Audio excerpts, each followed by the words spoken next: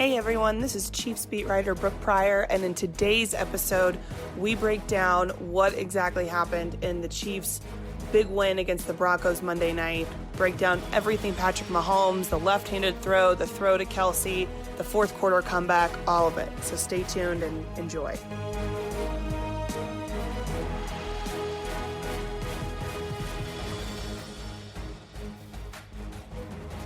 All right, well, hello everyone from Denver.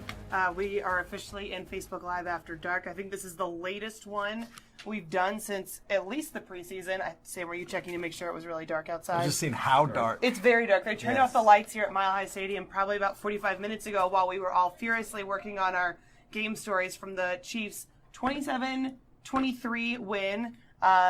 I thought I was going to be saying after a Chiefs loss based on how the game went the first three quarters, but everything kind of changed in the Chiefs' last offensive possession. Patrick Mahomes does crazy things like we've seen him do before. This time it was a left-handed throw. So without further ado, I just realized I didn't even introduce the people standing beside me because my mind is still so boggled from this game. So I have Vahe, Gregorian. There's a freight train running through the middle of your Also, head. the train is not helping. So, we've got Vahe next to me. We've got Sam right beside me. We've got Blair, who you can probably see in the reflection of the windows. So feel free to also say hi to Blair. And we'll have Lynn Worthy joining us in a little bit. So I think the place to get started is this left-handed throw. Who wants to kind of start breaking that down? I want to say something to set Sam up a little bit, although he doesn't really need it, but I just want to be involved. I do think the Chiefs, in your time as a Chiefs follower, which is, all of your 23 years or so. 23, yeah. They've been the team that you have names for the games that they lose, right? You got, the no punt game or whatever. But they're starting to have names for the games that are like this, right? Yeah. This will probably, even though it wasn't the biggest play of the game, they were going to go for it on fourth down if they didn't get that 3rd and 5. But we're going to remember it's the left-hand pass game, I think. Yeah. The first of all, not to make this about me, but I want you to know. But we're going to make it about Sam. I know what you're going to say, and I'm going to vouch for you. But go ahead and say it. I was professional in this press box for the first time since 2016. True. Is that accurate? No, it's very true. No, I That's swear true. you said something at one point that I was like, Said. I mean, you didn't fall out of the seat. You didn't see how low I set the bar last year. Oh, okay. We were really laughing pretty hard after the left-handed pass play. But the thing Yeah. I thought you were going to say that was going to be a little more self-promoting because you deserve this was that you were rather industrious with your Mahomes effort tonight. I mean, not only did you write the instant gamer, instant react, but then you decided to go whole hog and go to the Denver locker room and switch gears and do it from that perspective, which I thought was inspired thinking. Well, thank you, Vahe. I hope it worked out. It was something else, man. Like, first of all, the play. Let's just talk about the play, and then I'll tell you about the locker room because the locker room's kind of funny. You guys will think it was funny anyway. Denver people will not think it's funny. That play. It was Barrett, right? It was Von Miller, and the other guy was Shaq Barrett. Both came through completely unblocked, not only wrecked the pocket immediately, but wrecked it in the best way possible when you're going against Patrick Mahomes, which is to force him to go to his left. Because if you force him to go to his right, you probably want him to stay in the pocket. Like that is not a good move. But he's going to his left, and Von Miller, Patrick Mahomes is a great athlete. He's not fast. He's not like straight line speed, right? And Von Miller, if they had a foot race, I think I might take Von Miller. And he caught up to him, clipped him, and then if you watch the replay, it's the coolest thing. The ball, he switches the ball from his right to his left, right as Von Miller is grabbing his ankles. And then it's just it's not even a throw, really. We call it a throw. He calls it a shot said play. shot But play, right? Oh, he did. Yeah. It was Yeah. it was like end over end, kind of like a punt. And after that play, you go from, the Chiefs have trained fans for damn near half a century to expect the worst. Like, that stuff always happens against the Chiefs. And now it kind of feels like that stuff is happening for the Chiefs. A few plays later, they snap the ball with an extra second, Oh my maybe gosh. more on the play clock. And how often does that play, something like that go against the Chiefs? You know what I mean? Like, it just seems like, this is not based in fact at all, but it just seems like when you have a guy like that who's capable of doing some stuff like that, other breaks sort of go your way. That's how it seems anyway. I have to agree with you, and I think, look, I mean, here's the fascinating thing. There's so many things about just that drive alone, but so they make that play, and you think, oh, that's a backbreaker for the Broncos. But then, two back-to-back penalties. Yeah. And at the very next play, you can make a case, well, Mahomes, the rookie, well, not rookie, but this, early on, starting career, basically a rookie. he takes the intentional grounding. I don't know. It looked like he might have been down. It's hard to tell, but and then the Mitch Morse holding thing. Yeah. But I do remember by then, 2nd and 30, we're kind of like, well, they got to play for this. Yeah. This will be fun. Yeah. And, of course, he throws 23 yards. A little bit like the Demetrius pass last year. Again, not quite as fancy, not knock you out of your seat fancy. Yeah. But that was a huge play on second and 30. The play that it reminded me of was it was week 1 against the Chargers, and he got flushed out. I forgot who flushed him out, but he threw it. I think it was like a 30-yarder to Tyreek Hill on the right sideline. Yeah. I think that was on 3rd down. It was almost like the same play, and that's just what that guy does.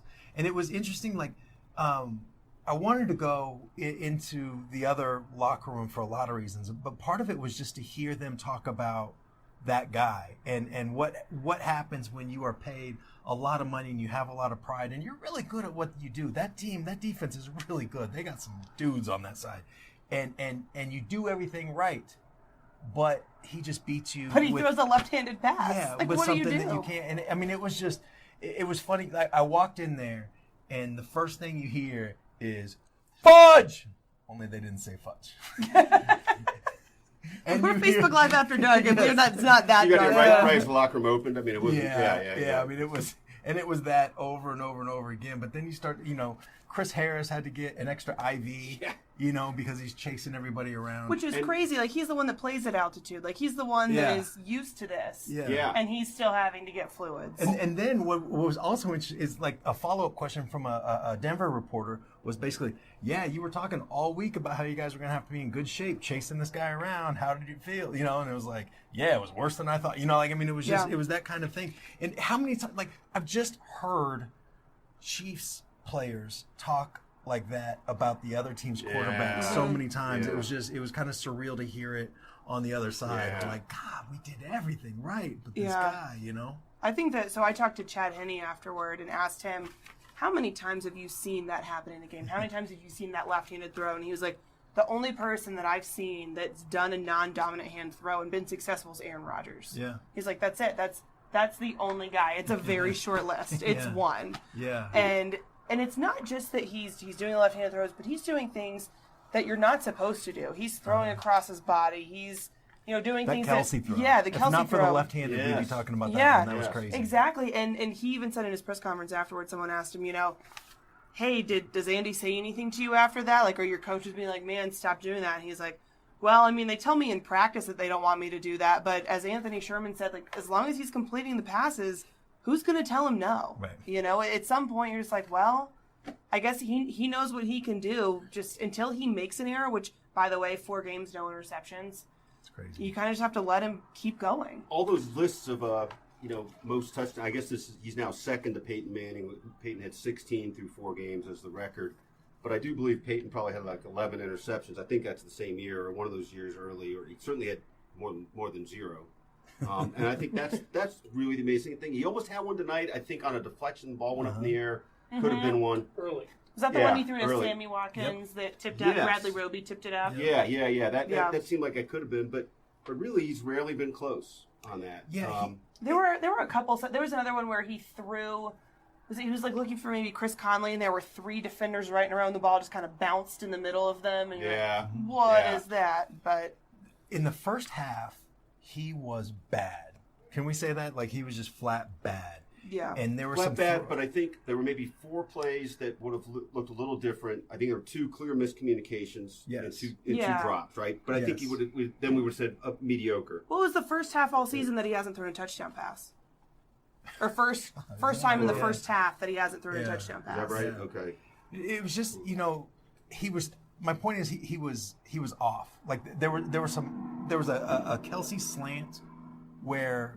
And you made the point where he could have gone for really big yardage if the ball was, and it was a simple throw. Yeah. Right? Like by NFL quarterback standards. A simple Right. throw. Hit him here, it's a big gain, but he threw it back here. Yeah. And Kelsey kind of had to spin around and he couldn't make the catch. Right. I mean, there was just little things like that, the miscommunications. But even then, there was not a ball that was dropped by the linebacker. You know? Right. The play I Right. thought and look, we're 4 games in, so I need to get this out of my head. But I just thought we'd see a lot of like a safety coming up over the middle that Pat doesn't see.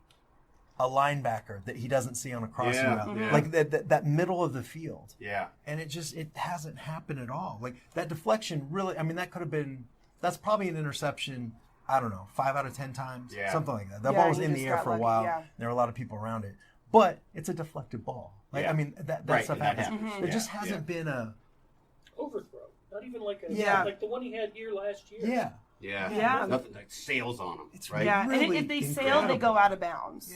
Yeah. The throws that are not quite there kind of just harmlessly go out of bounds or out of the back of the end zone. So how much do you think, and there's always chicken and egg on this, but how much do you think that what was happening in the first half, and really even a little bit early in the second half, was the whole chicken and egg thing of not having enough time? It looked to me like he had to move a tick faster most of the time that he had, and that receivers weren't open. I mean, Yeah. they really were having trouble getting open. How much do you think that was that we've been used to seeing him ad-lib enough that he can make time for them to get open? And how much is the Broncos just a little better at that? I mean, I think you could tell this was the best defense Yeah. that they've faced By a bunch. by I think so. head I think and shoulders. So. Yeah, yeah. Which is a good timing since they play the Jaguars next week. He's going to have to deal with Jalen Ramsey, so it actually works out pretty well that this was kind of the warm up for that game. But yeah, I thought that there were a lot of miscommunications or just receivers not getting open. Tyreek, they were not in sync tonight, Tyreek and Patrick, especially the one that stands out, of course. It looked like some kind of Tyreek streak down the left side that Tyreek either bowed, if that's the right word, out a little bit. He didn't follow through on That was on confusing. running. It looked- Couldn't tell what happened. And when he was running back to the sideline, it was just a quick glance, but on the TV caught him running back after that. He looked really tired. I don't know if that's part of it. Anyway, that was a really bizarre play because they had that set up. Like that was Tyreek Hill, single coverage, no safety on the top. Yes. You don't get those. You got those opportunities some last year, Yeah. but Right. now Yeah. Nobody's teams gonna let are you get gonna away be with that a little now, bit yeah. more aware of that. It's just Yeah. it's just crazy. Like there was another play in the end zone. Was it? It was either Robinson or Watkins. Do you remember this? We talked about it, like that it hit him like sort of it was in the hands. Robinson. Was that And when that they was crossed, when he crossed with like Conley or somebody, Yeah, and yeah, it would have been exactly. a touchdown, and it just like, And he was You know- sort of like flat-footed, Yeah. but still had enough velocity. And it to was get through flat-footed and everybody. against the grain, Oh, my which gosh. is the thing that he seems to really be able to do, which is why he probably did not have to throw that ball with the Yeah. left hand. He probably could have done Yeah. that. But you know what was weird about that was it came into a place where Robinson should have caught it. yeah. Could have caught it. Might be caught it. more Right. fair Yeah. because it was sort of like a goalie taking a shot through a screen. Like there were a Right. couple arms Yeah. there, and it's sort of hard to tell. I think Well, it the was two harder guys than like it kind of looks. almost crossed in front of. I don't know if they Yeah. crossed or if they were about to, and then they just crumpled together. Yeah, it But was. that did look really strange. Yeah, it did. So I lost my freight train of thought. What I was trying to say earlier, but like when you do Definitely after dark. when you do those like flat-footed throws, when you do the running this way and throwing across your body to the middle of the field, that kind of stuff, to be able to pull that stuff off and not have a ball that should have been intercepted 4 games into the season is freakish. You know, like Brett Favre is the guy that we always hear the comparison, right? Brett Favre would make some amazing plays. He also threw some dumbass interceptions, Yeah. right? Yeah, and maybe that's going to happen. It's Yeah. got to happen at some point, right? Right. Everybody throws a dumbass interception that lasts long enough. But, like, it's just, you think 4 games in, he's got 4 wins, obviously, 2 of them in the division and 2 of them on the road. That's pretty remarkable. I mean, that's set up for him to throw some dumbass interceptions, and he just hasn't. And just on a broader sense, you're making me think of this. I think Blair and I might have been the 2 optimists in the group with our preseason projection. I think I had them 10-6, Yeah. and you had 8-8, I think I had 9 and 7. and you had 9-7. What do you have, 10, Blair? 10-6. 10-6. But even in my 10-6, I had them 2-2 at this point. Yeah. I Yeah. had them losing to Pittsburgh and losing here. Yeah. So. Man, what do we know? Yeah, well, None. what we do know is look, even with this albatross of a defense they're lugging around, 2 things. One, they still not at their best on offense, can find a way to come through. And it's a really tricky thing to assess this defense, but the defense did come through with some things when it had to. Mm-hmm. And 23 points, that's their season low, I guess, right? Yeah. They got bulldozed all over the field, though, in the first half. Tackling is atrocious. It was Yes. bad. My God. Well, the thing that jumped to my mind, I think we should jump to the defense. Now that you mentioned the albatross of the defense. There was a story that Lynn did earlier this year from training camp, and we're all standing around Reggie Ragland, and he's like, look, no matter what, we're going to stop this run. Like, you best believe we're going to stop this run. Yeah. And the best part, I was sitting next to Lynn, and he shows me, people had that tweet pinned and saved, and the minute that you have a friend, the minute... We have to turn on the lights on Facebook after dark to clear the moths. We have Moth Killer, Blair. The Terminator. Killer. But the minute that Philip Lindsay and Royce Freeman just start absolutely destroying this defense, people are retweeting it like, oh yeah, good luck. Like it hasn't happened yet. And actually that was kind of part of the game story that I started writing and halftime and really gone all in on. They were averaging 8.5 yards per carry at halftime. I think by that point, both of them had over 50, and they finished, I think Philip Lindsay finished with 67 and Royce Freeman finished with 69, and each had a touchdown apiece.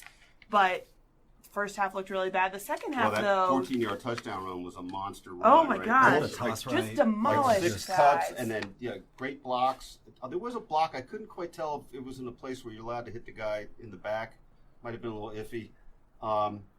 But he dragged Hitchens into the end zone. Yeah, Hitchens kind of dragged him into the end zone. Like, I don't quite know how that happened, that but play was terrible. It was really it was as bad as it's been for this defense. What's even worse is that everybody misses tackles, right? But like you mentioned Hitchens and Reggie Ragland, they were supposed to be the guys who didn't do this, and they seem to be the guys who are doing it more than anybody else. Mm-hmm. And that is a huge concern. I mean, it's a huge concern for a 4-0 team, right? Like, let's keep it in perspective. Right. But God, like, just make some tackles. Right. Yeah. Yeah.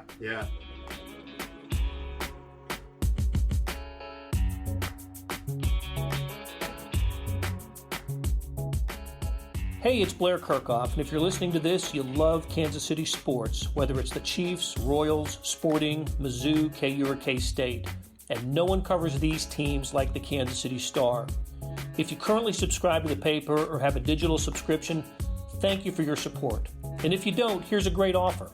It's called Sports Pass, unlimited digital access to every sports story and video on kansascity.com.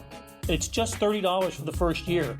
It's the best sports value in town, just 8 cents a day or $2.50 a month. You can't beat that. Subscribe now at kansascity.com/sportspass.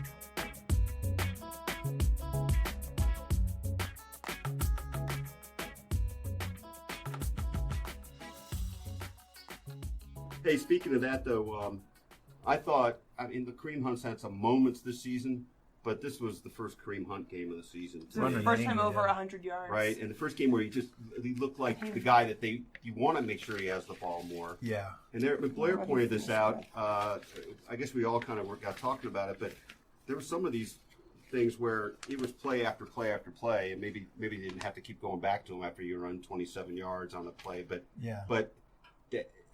it's a little bit of a statement of what they believe is durability, and we'll see how long his career lasts. But the guy is just mangled. He had 19 carries, 121 yards, averaged 6.5 yards per carry. But he took some, he's just pretzeled, waffled, whatever. Oh my God! Yeah, there was a wild glass. Was it the first quarter? Yeah. He got yanked down by the face mask, and then played a couple more plays, and then came out. And then we saw Damian Williams come in and Spencer Ware come in. And they had to use a couple other running backs, I think, because they're piecing him back together on the sideline. But especially that, I can just see in my head just him being wrenched backwards by the face mask. Yeah. He's going to need an ice bath or 5. I actually think it was the play right after that. I might have my sequence wrong. That there was the 27-yard pass down the sideline where he just steamrolled people. Trucked a guy.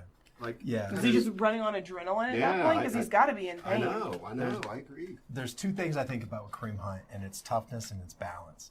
And the toughness is getting your head knocked. I mean, just mangled. And then the play after that, trucking a guy. And then the balance was that was a run, right? 45 yards. I think It was a run. Oh, it was a run? I thought it was No, a the little pass. 27-yard 27 run was was a a pass. pass. Yeah. But the 45-yarder was a run?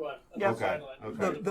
Yeah. Yeah, when it looked like he got out of bounds. Oh and my it God. kept going. I couldn't believe Watching it was out live, of it bounds. looked like he was a foot out of bounds. Yeah. But Yeah. then it was I clear kept that he waiting for the stayed in. replay. I was like, And surely we're going to have to review this. the ability for you to be able to stay in bounds like that in that situation against it just like it's superhuman. Like I don't know how many other backs can be able to make that specific play with the balance in that moment and be able to, to take it down the field like that. That was an incredible play. Yeah, absolutely. That's as good as anything he did last year. Yeah. I agree. Well, I think it's interesting that just 2 weeks ago we're asking Eric Bieniemy like, what's wrong with Kareem Hunt? And he's like, no, he's fun. Like he's running his ass off. He's great. I'm like, yeah, okay, sure. And last week he had 2 rushing touchdowns, but then kind of quiet. But this is what Bieniemy was talking about. I mean, when and they needed it today, especially Sammy Watkins goes out early with a hamstring injury. Travis Kelce wasn't effective until late in the third quarter.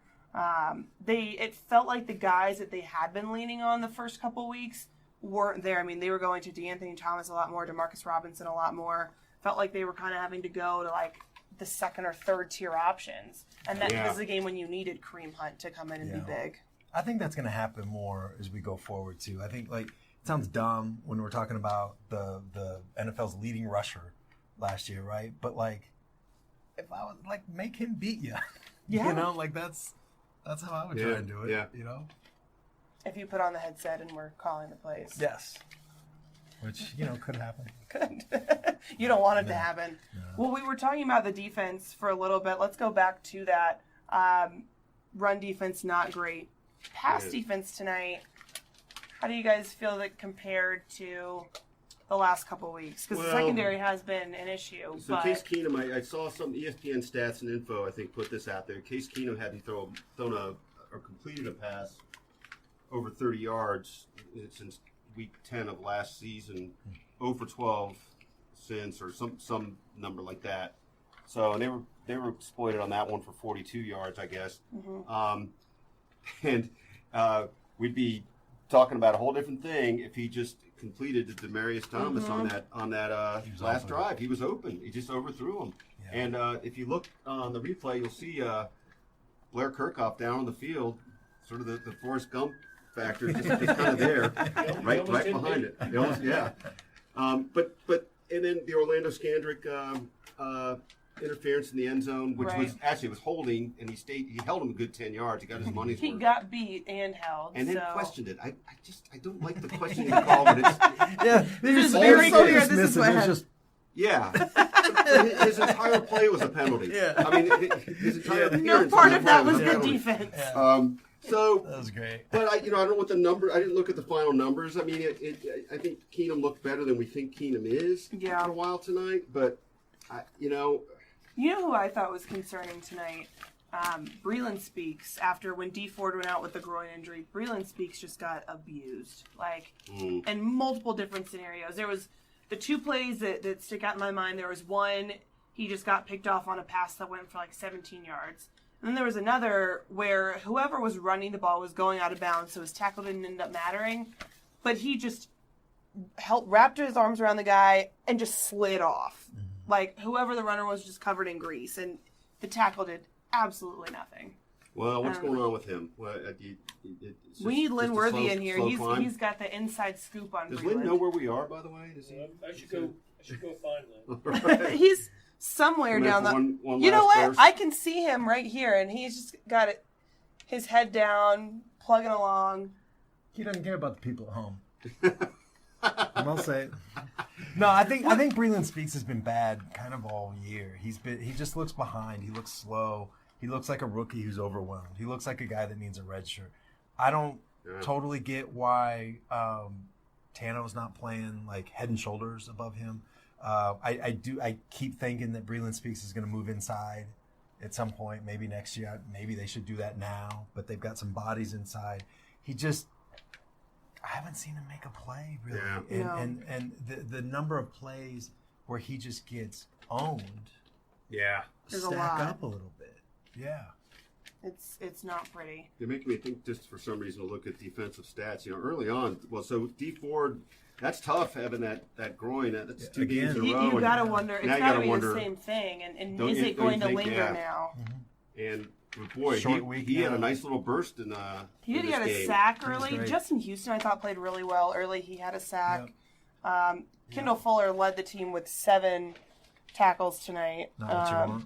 No, that's definitely not. And Kendall Fuller had 5 in the first quarter. Mm-hmm. And so what we should talk about is Eric Murray's interception. That was incredible. And it was squandered, right? But by 2 offensive penalties on the offensive line. But it was also an opportunity taken away from Denver, right? Right, but I still think it was squandered. You have that momentum going, and the offense just stalls out because there's, I think, a holding on Cam Irving and a false start on Aaron Fisher. It was, and at that point, you're not really thinking this is going to work out. But just the singular moment, that was a heck of a play. He was beaten on the play, but he stayed with it, and he stayed with it in a resourceful way, right? I mean, he basically just picked it. He just took it away. Was it something? It was the tight end, right? Okay, yeah. I can't say his last name. 82. Yeah. But I mean, that was a sterling play. It was one-handed-ish. Yeah, It was strength. And they cradled it in. Yeah, it was strength. It was agility. It was guts. It was a lot of things. Hi, Lynn. Look who's here. Let's all scoot over a little bit so we can get Lynn in the picture over here. I'm just saying you don't care about the people at home, but here you are. Is he in the picture? We got a delay. Yes. Okay, all right. So, Lynn, your thoughts? Here, I can scoot you a little more. No, you guys are fine. We're good? Okay. No, man. Okay. Just a little delay there. What were we talking about? The interception? Yeah. Yeah, okay. Actually, I did talk to Eric Murray in the locker room, and he was saying, because my question for him was like, so when did you decide you were going for the interception? Because he's talking about, it's just the old DB tactic where you see the hands go up, so you just try to make a breakup. And I'm like, okay, so at what point? He said, well, basically, the ball was just sort of glued between my hands and his hands. And so I was like, I got to try and get this. So that was his response to that. So because he never turned to make a play on the ball in the air. It was just get your hand up, try and keep him from catching it, and he ends up with an interception, which is their second interception of the season. His first career interception. So. Speaking of which, so the Chiefs still have 1 turnover after 4 games. Although they had a pretty good start last year with turnovers, right? Wasn't it the Kareem Hunt first play thing and then not for 5 weeks? Well, but that's the second one, right? Because Parker had the one the first game. Oh, so that's the second one. No, I was thinking the other way around. Sorry, but I mean, I was trying to contrast instead of. Committed one turnover. Yeah, they just committed the one anyway. So that's, but they really haven't gotten many. No. Didn't you write about that before the game? Yeah, and Bob Sutton got real animated at the podium talking about how they got to create turnovers and look for opportunities, and gets from behind the podium and is getting all demonstrating and all that sort of stuff. Yeah, he must have riled something up. Yeah. That's what it took. It took Bob Sutton getting out from behind the podium. When he got out from behind the podium, they knew it was serious. Well, let's see what else we need to cover. Well, do we have questions we're supposed to take? I think we have a lot of feedback tonight, which is awesome. You guys are up so late. Let's see. Fuller needs to hold on to interceptions. Accurate. How are Sammy Watkins in D4? Did Reed say anything? Did anybody spot them in the locker room? I missed the first part of Andy Reid, so I don't know if he had an update, but I'm going to guess. It looked like just, we'll get back to you on that. I think the Sammy Watkins thing is the most concerning, given his history with muscle strains, and it's a hamstring.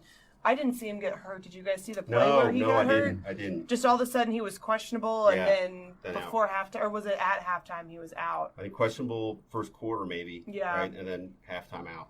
I think that's the most concerning. Yeah. Well, and D Ford's was the groin again, right? Mm-hmm. So I mean, for him to have been limited, and then I think he was full go for the day that you really don't do a whole lot in practice. That was his full participation day, and then he came out and you didn't really see it, or at least we can go back and look at the tape, but I didn't notice it. And then he comes out, and so I mean that one, who knows if that turns into a long-term thing? Because I mean, if he couldn't go the whole game today and came out of the game last week. And now, last week they had obviously the benefit of a longer week, into a Monday night game. Now they've got the opposite with the shorter week, so we'll have to see what that holds.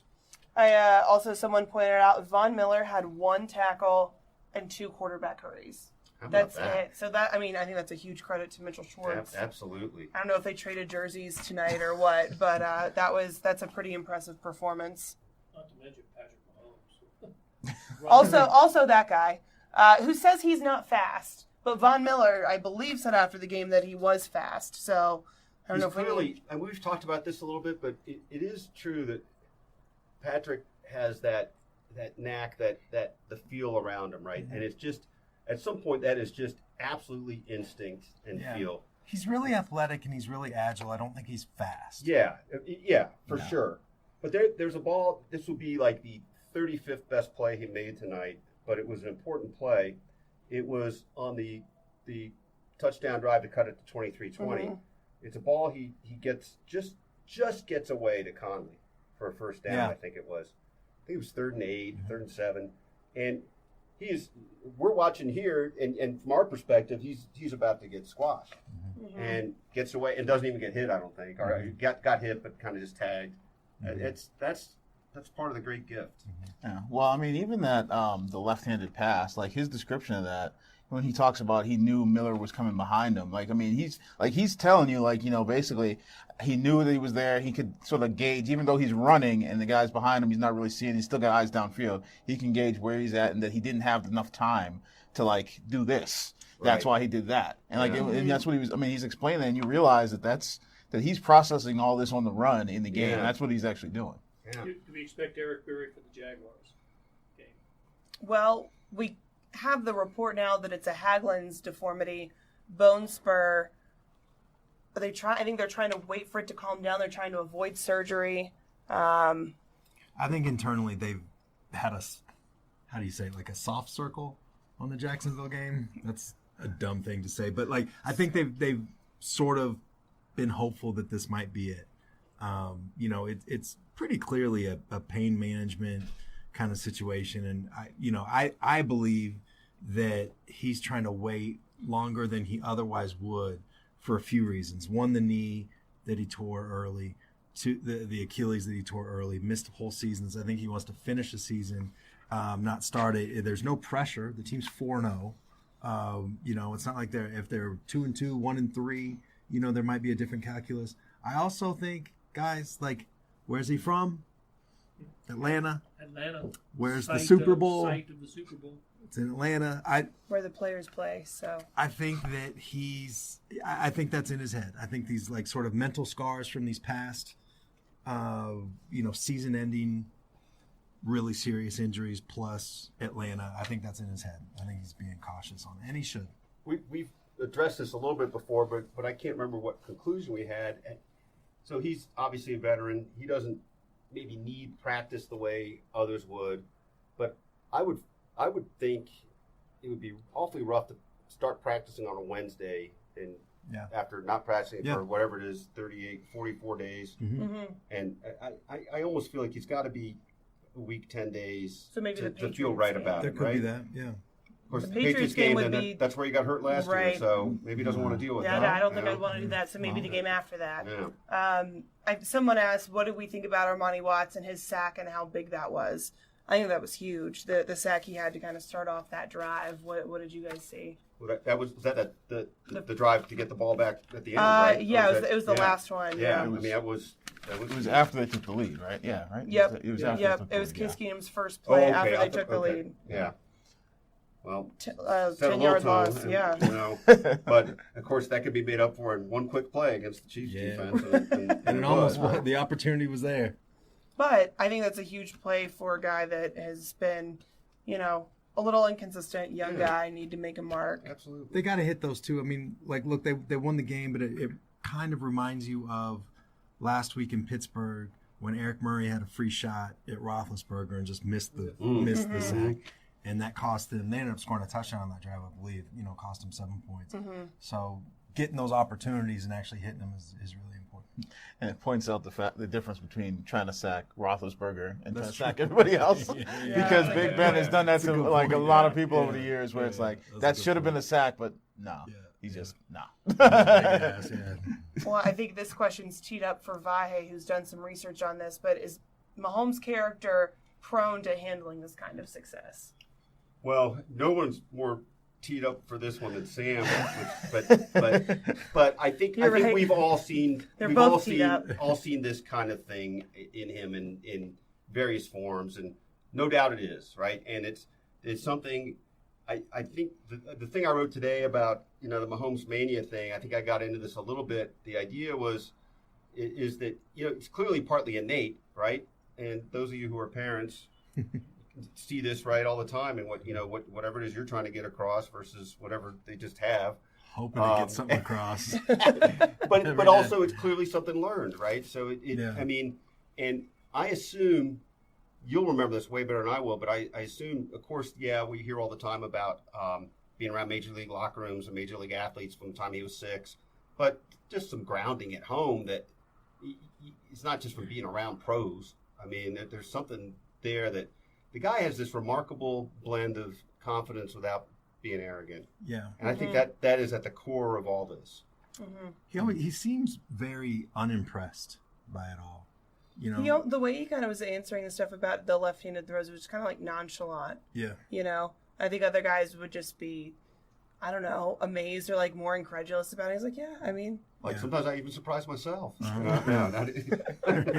Don't even do that. But. And as our resident Mahomes expert, do you feel like does the fact that he played so much baseball factor into that? Just because baseball is one of those games that there's inherent failure, so much of it built into the game. Do you think that plays at all into it? It might. Yeah. I mean, yeah.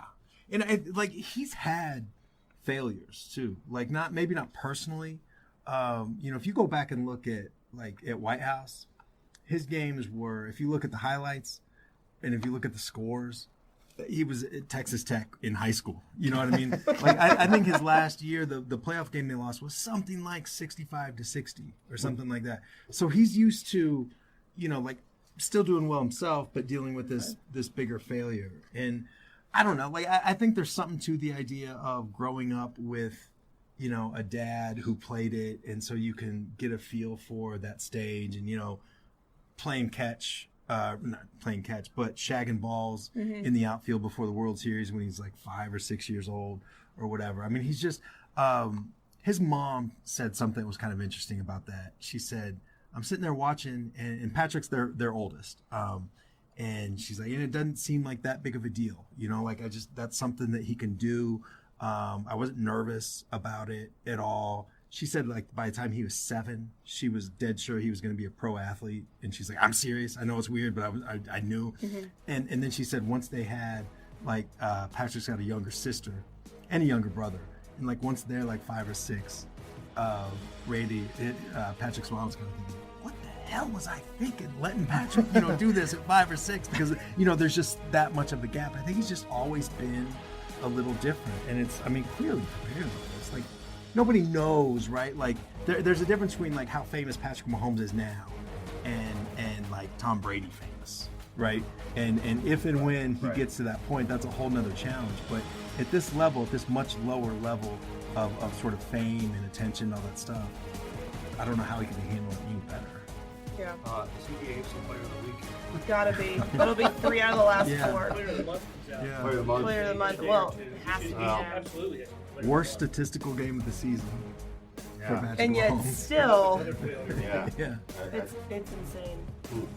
Well, on that note, before we get attacked by more moths, because they just seem to come in waves, we're going to sign off here. It is a little bit after midnight. You can follow our coverage on kansascity.com, on our Twitter feed, on our Facebook page, and we'll catch you later.